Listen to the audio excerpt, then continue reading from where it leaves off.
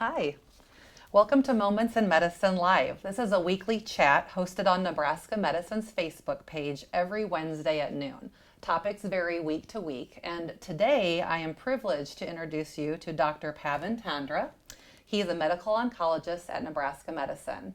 And if you're joining us today, you saw that the topic is breast cancer awareness. And in October, obviously, awareness of breast cancer is kind of front and center with all of the pink that you see out there and all of the health literature and the events. But I wanted to start the topic before we started our chat. I wanted to start with a little disclaimer that we want to remind viewers that the information contained in this live chat is to be utilized for information purposes only. For specific questions regarding your medical condition or treatment plan, please consult with your doctor directly. So when we talk about all the pink and the events that are out there in the month of October, maybe other times of the year, it's not as front of mind. So Dr. Tandra, the first question for you is, how common is breast cancer? Thanks for having me. So breast cancer is the most common cancer, barring skin cancer. And 1 in 8 women in United States are at risk for breast cancer. It's a very common, I would say like 12% is the lifetime risk for breast cancer.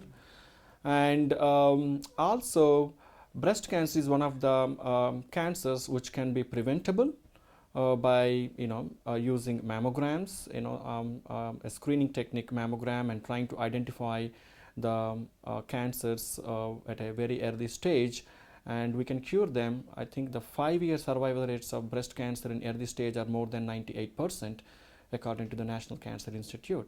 So this is one of those cancers, I think, which I would rather say that are preventable rather than, rather than talking about treating them. Mm-hmm. So this is one of the cancers which can be prevented by using mammograms. And I think every woman out there should understand that breast cancer is something which can be prevented by you getting the mammograms at regular times. You know, when you talk about that 1 in 8, I would be surprised that if people who are viewing now haven't either personally been affected or have known someone, and I know that I have. At what age should a person start screening for breast cancer? So this is a little bit controversial. The reason I say it's controversial is we have different societies like American Cancer Society, United States Preventive Task Force, which looks at at what age anything can be, any screening has to start, like not only cancers. American Cancer Society looks at especially cancers, and we have gynecological societies too. So not getting into those controversy, what we recommend usually is 40 years for an average risk woman. So, and I repeat that number, 40 years is the age when we should start screening for our families, like anyone who is I would consider an average risk woman, someone like walking on the street whom you don't know. I think I'll tell that woman, okay, if you're 40, go for a mammogram right now. So, and what's the frequency of the mammograms? We consider annual screening mammograms. Bilateral screening mammograms means both breasts should be get screened, and that way we are able to identify the cancers at an earlier stage. Can we identify every breast cancer by mammograms? Unfortunately not. Is it the best test? Best test available? Yes, it is the best test available, but still we can miss 10 to 15% of the breast cancers even with mammograms. So it's very important that even though you get mammogram, for example, a couple of months ago, you have a normal mammogram. Now you feel a mass. So it's very important to understand you still need to go to see the doctor and get examined, evaluated thoroughly, and make sure it's not breast cancer. So mammograms are not perfect, but that's the best test available. It saves lives, and still you need to understand that if you feel something in between 2 mammograms, still you need to get seen by a doctor. And I know we opened up the chat by saying, you're encouraging people to talk with their doctor individually. I know personally I had family history of breast cancer. So while if I would have just followed the recommended guidelines, maybe 40 would have been my start. Through that conversation with my family physician, we started just a little earlier because of my family history. So I assume you would encourage people to have that dialogue. That's correct. So to repeat what we just said, I think average risk woman for every woman age 40. But if you have a special circumstance, such as if you have someone in the family has different other cancers, especially ovarian cancers, pancreatic cancers, prostate cancers, and adrenal gland cancers and liver cancers, when someone comes to see us, we ask all these questions. So with every new information in the family, like having other cancers, your risk will increase. So those women are not average risk women. So we can't say that they should start screening at age 40. So sometimes we start screening at age 25. Someone with a childhood leukemia survivor, childhood cancer survivor, Hodgkin's lymphoma in childhood, they get radiation to the chest. Their risk of breast cancer is very high, sometimes more than 20%. Okay. Right? If I say like average risk is 12%, someone having radiation to the chest, their risk is more than 20%. They should start screening at an earlier age, sometimes like age 25. And sometimes those special risk population, like someone with having a family history of breast cancer or some radiation to the chest, we sometimes use MRI scans, just not mammograms. Sure. So if someone is less than 40 years of age, the breast density is much higher and the mammograms may not be the best test. So sometimes we may have to do MRI scans in them. So average risk 40 years. Some special circumstances, I think they have to see their family physician or a breast cancer doctor to assess their risk of breast cancer in their lifetime.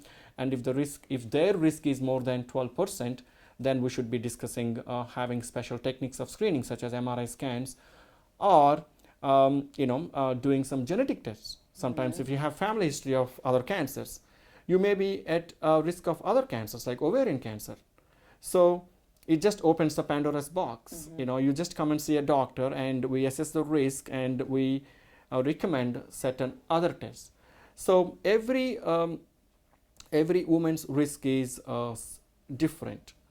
If I talk about average risk, yes, age 40, but someone having any of those things what I just mentioned, they should see a doctor and get assessed their individual risk. They need to find a Dr. Tandra. Any doctor is fine. I can't disclose for PHI reasons, but I have a personal friend who is a patient of yours, and she speaks very, very highly. Thank you. So you talked about that you might have testing. I keep saying mastectomy. I'm sorry. You might have a breast screening, but then you find a lump a couple months later. But a lump doesn't necessarily always detect breast cancer That's either. correct. So can you speak a little bit about, I found a lump. Should I be nervous? Not at all. So most of the lumps are not cancerous. So if you find a lump, first and foremost thing you need to do is don't panic. Not every lump is cancer. We find a lot of lumps that turned out to be not cancerous. But do I need to see a doctor? Absolutely yes, because that needs to be assessed and evaluated with mammograms and ultrasound and sometimes MRI scans, and sometimes we do a biopsy. Okay, if our suspicion of the lump being cancer is high, we do a biopsy to confirm that it's not cancer. Okay, so if the suspicion is extremely low, sometimes we can say that looking at the mammograms and the ultrasounds, it doesn't look like cancer, so we can just give you a shorter follow-up. Okay, we'll just do a 3-month mammogram or a 6 months mammogram or a 6 months ultrasound to see what happens to the lump, whether it's growing or shrinking, or is it a cyst. So there are a lot of other things that can cause a lump, not just cancer. Sure. So, in summary, don't panic, see a doctor and get evaluated, and we'll take it from there. Wonderful. So let's say that someone is recently diagnosed with breast cancer. What should they expect in terms of treatment options? It's a very good question. So first of all, they should have, we need to make sure that is cancer, right? So if the cancer gets confirmed by a pathologist, like looking under the microscope, you see the cancer cells, we need to understand what type of cancer it is. Breast cancer is not one disease, it is multiple diseases. So it could be something called ductal breast cancer, that means cancer comes from the ducts of the breast, or lobular breast cancer, so milk glands form lobules, and it can be a lobular breast cancer. And also breast cancer is divided into multiple subtypes based on the type of proteins the cancer cells has. So it could be estrogen receptors, progesterone receptors, and HER2 receptors. So there are 3 types of receptors we look at, 3 types of proteins. So based on them, based on their absence or presence, all these cancers are divided into multiple subtypes. And also, it's a team of doctors, medical doctors such as myself, medical oncologist, and surgeons, oncological surgeons. Some of, at our institute we have surgeons who does only breast cancer. They don't operate on any other things. So highly specialized breast cancer surgeons and plastic surgeons, oncoplastic surgeons, if someone needs a plastic surgery like a breast reconstruction. We have a team of social workers, physical therapists, because some of the breast cancer treatments cause complications like swelling of the arm, lymphedema. So you need a physical therapist to treat that. And also nurses and genetics people, they play a very important role. So if someone gets diagnosed with breast cancer, my personal opinion is they should be seen by all of them. We can arrange that at Nebraska Medicine in a single clinic, what we call multidisciplinary clinic, where the patient comes to see all of us in one day. And well, it's a little bit time consuming for the patient. They have to sit in the room for a couple of hours, maybe more than that, but they are able to see all the doctors and all the team in one appointment. And when they go out, they have a plan. So that is very, very important. And we have pathologists and radiologists as well in our team. They may not see the doctors, they may not see the patients, but we review the pathology slides as well as the radiology images in the multidisciplinary meeting. So we review everything in one meeting, and we'll be able to go and talk to the patients and to be able to give the plan. So yes, breast cancer needs a team of people, and not all breast cancers need all treatments. Some of the breast cancers may need chemotherapy, they may not need chemotherapy. Some of them need radiation, they don't need, some of them they don't need radiation. Most of them they do need surgery to remove. In some occasions, sometimes we don't do surgeries and we just treat them with pills. Well, not many of the patients are eligible for these kind of treatments. So it is very individual treatment, so we need to make sure that they see the respective physicians and make a treatment plan. I don't think you can overestimate or overemphasize the importance of that multidisciplinary approach. Because, that's correct. You get in a car accident, you get a couple of different quotes on how to fix your car. And we're talking about, as women, our bodies. And so you're a smart guy, but I would like to know that at least a couple of minds are in the room talking through the right solution. And I always encourage women to take another opinion. Yeah. Second opinions. We see a lot of patients coming from the community and taking second opinions from us. So we provide that service too. They don't need to be treated by us, but a second set of eyes looking at everything, making sure that they are getting the appropriate treatment. We may differ from the others' opinions. So it's always important to listen at least to a few people and then make their own treatment plan. Great. Okay, this is kind of a silly one, but a lot of people ask it. They want to know, can deodorant cause breast cancer? There is no evidence whatsoever in the literature to suggest that deodorants cause breast cancer. And I don't usually discourage women from using deodorants. So, but because you mentioned about deodorant, I think women has to know about what causes breast cancer. We don't know, but is there anything which will increase the risk of breast cancer? You got to understand the difference between causing breast cancer and increasing the risk. You understand? So we don't know what causes breast cancer, but some of the factors can increase the risk of breast cancer. Most important thing, most important risk factor, which I personally talk to patients all the time, is weight gain. Oh, weight gain. So overweight is one of the risk factors for breast cancer. So it's important that having a good diet and exercise can prevent breast cancer. Yeah. So other risk factors are having dense breasts. We don't know why women with dense breasts get breast cancer. It may be just due to the mammograms are not good at assessing the breast cancers. Dense breast can reduce the sensitivity of the mammograms, or it might be something to do with the estrogens.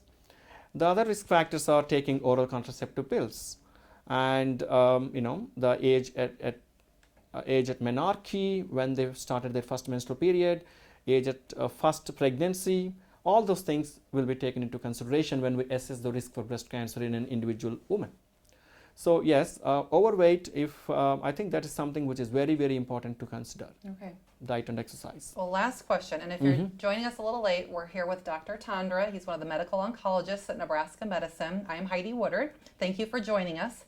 I wanted to know that when people get diagnosed with breast cancer, do most of them get a mastectomy? Is there a percentage of people on all the total patient base who need a mastectomy? And if you could even define what a mastectomy is for those who are joining in. Okay, so mastectomy means removal of the entire breast tissue.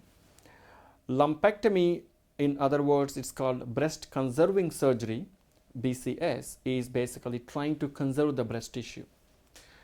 Does everyone need mastectomy? Absolutely not. Is there any special criteria which needs to be met before they get mastectomy? Is there any special population who needs mastectomy? As far as I know, the only population is someone with a BRCA mutation, because, as I said, a lifetime risk of breast cancer is 12%. If the same woman happened to have a BRCA mutation, the lifetime risk goes up above 50%. Wow. So you can live with a risk of 10 to 12%, and we can do mammograms and try to prevent cancer.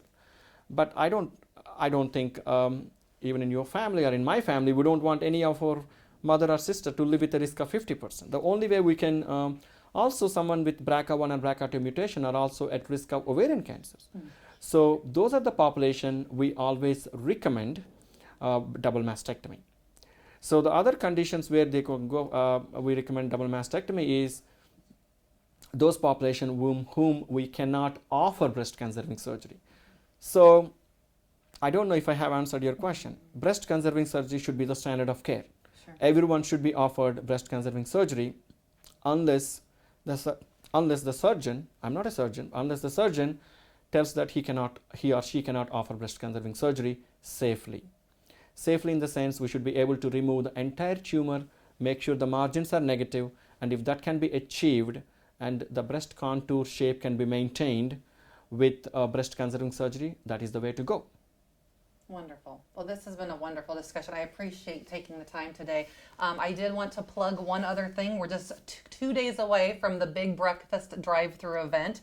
If you're not familiar with Big Breakfast, those of you who are in the area of Shadow Lake and Village Point may have received this in the mail.